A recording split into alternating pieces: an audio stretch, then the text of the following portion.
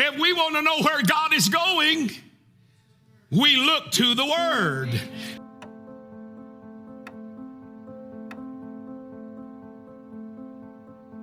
I want to say to you, body of Christ, that it is not enough to know the will of God.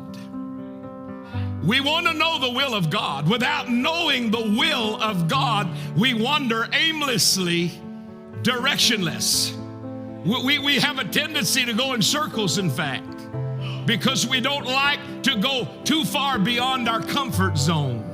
So I want to say to the church today, it's not enough to know the will of God. I think that sometimes our attitude is the highest is to know the will of God.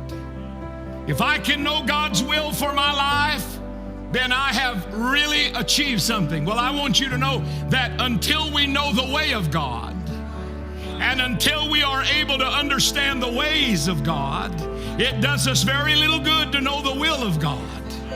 Because you can know the will of God and not understand the ways of God and miss what you know.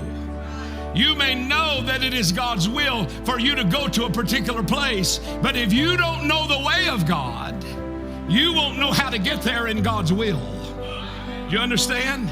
And how do we learn the way of God? How do we learn the ways of God? We look to the Word. If we want to know where God is, we look to the Word. If we want to know where God has been, we look to the Word.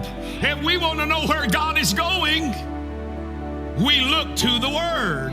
So that old dusty Bible sitting on the coffee table in your house, it's time now to use it for more than a decoration. It's time now to use it as a roadmap. Because God's holy word in printed form has been preserved for us as a roadmap. It not only reveals to us the answer to every question in life, it not only reveals to us the will of God for our lives, but it also reveals the way of God. Moses said, I want to know your way, that I may know you.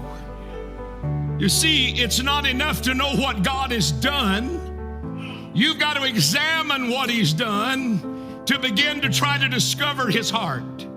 You may not always know the whys, but the more you learn about the way of God, the way that God moves, the way that God thinks, the way that God functions, the more you learn about the way of God, the easier it becomes to get you into the will of God, because you're not walking around with hobnailed shoes like fools where angels fear to trod.